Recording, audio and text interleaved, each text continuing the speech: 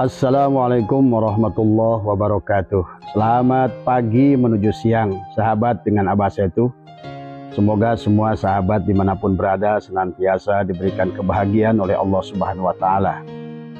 Insya Allah pada kesempatan ini Abah ingin mengajak tafakur ya dari makhluk-makhluk Allah yang ada di alam dunia ini. Ada dua makhluk yang memang Allah ciptakan dan memberikan pesan kepada kita yang sangat dalam. Yang pertama adalah lebah ya. Lebah adalah satu makhluk yang Allah abadikan di dalam Al-Quran ya. Bahkan baginda Nabi mengatakan seorang muslim yang baik adalah harus seperti lebah, memberikan manfaat, kemudian adalah hinggap di tempat baik ya, menghasilkan madu ya, kemudian hinggap dimanapun dia, tidak menimbulkan kerusakan tetapi adalah membantu penyerbukan.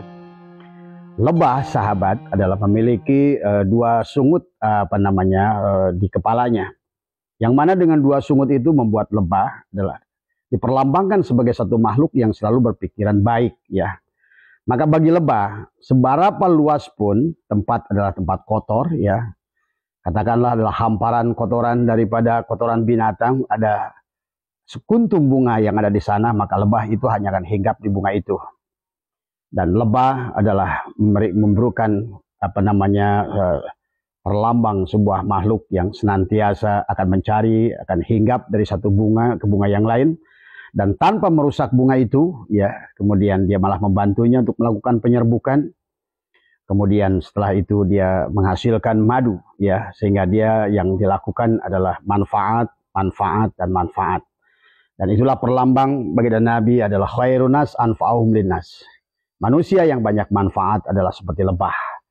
Tetapi ada binatang kedua sahabat yang Allah ciptakan. Bentuknya adalah mirip dengan lebah. Dia berwarna hitam, adalah yang disebut dengan lalat. Berbeda dengan lebah, lalat juga memiliki dua sungut. Tetapi sungutnya itu adalah selalu mencari tempat kotor. Yang dia mengerti di dalam memorinya, lalat itu hanya tahu tempat kotor. Walaupun hamparan kebun bunga yang sangat luas dan indah, tetapi bagi lalat ya, walaupun ada secuil kotoran di bawah pohon bunga itu, maka dia hanya akan hinggap adalah di bunga itu.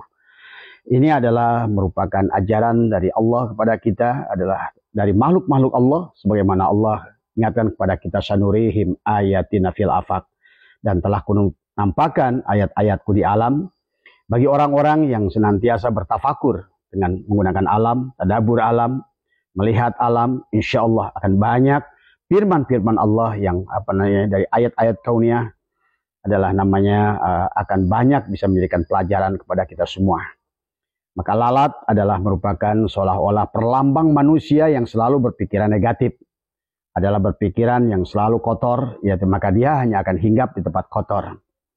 Dulu Buya Hamka pada saat beliau mau pergi ke Amerika, banyak sahabat yang mengingatkan, wahai Buya, hati-hati di Amerika, karena Amerika itu tempat maksiat, Amerika itu tempat kotor. Maka setelah sepulangnya Buya Hamka dari Amerika, sahabatnya kembali bertanya, Buya, apakah pendapat saya benar? Buya Hamka sambil tersenyum dia berkata, demi Allah, kemanapun saya pergi, selama saya di Amerika, saya hanya bertemu dengan orang baik. Dan saya pun hanya ketemu dengan satu masjid atau lembaga pendidikan, dari satu lembaga pendidikan akan bertemu dengan tempat-tempat yang baik. Ini sesungguhnya sahabat, dari lebah dan lalat itu, kita manusia akan bergaul dan berkumpul dengan koloni yang sejenis dari semua. Maka kemanapun kita tempat maksiat, maka sesungguhnya bagi orang-orang yang selalu berpikiran baik, nggak usah takut. Karena insya Allah energi alam akan menarik Anda ke tempat yang baik. Maka yang paling penting adalah berarti karena apa yang kita ucapkan, segalanya datang apa yang dari hati. Maka termasuk nasib yang kita akan alami adalah tergantung daripada bersih atau tidaknya hati. Maka lebah adalah perumpama, adalah manusia yang memiliki hati bersih, akan menjadikan pikirannya bersih, akibatnya ucapannya adalah baik, akibatnya adalah perbuatan dan kelakuannya baik, yang berujungnya dia akan mendapatkan nasib yang baik. Dan sebaliknya dengan lalat adalah merupakan perlambang, adalah binatang manusia yang selalu berpikiran buruk. Maka orang kalau seandainya ada kebencian, kedengkian di hati, walaupun seperti daun, daun dua jari itu tidak bisa menutupi dunia ini. Tetapi pada saat daun itu menutupi mata, maka dunia ini pun bisa hilang. Demikianlah kebusyukan, demikianlah pikiran buruk, demikianlah iri, dengki, dan hasud, dan yang ada dalam hati bisa menutupi kebenaran.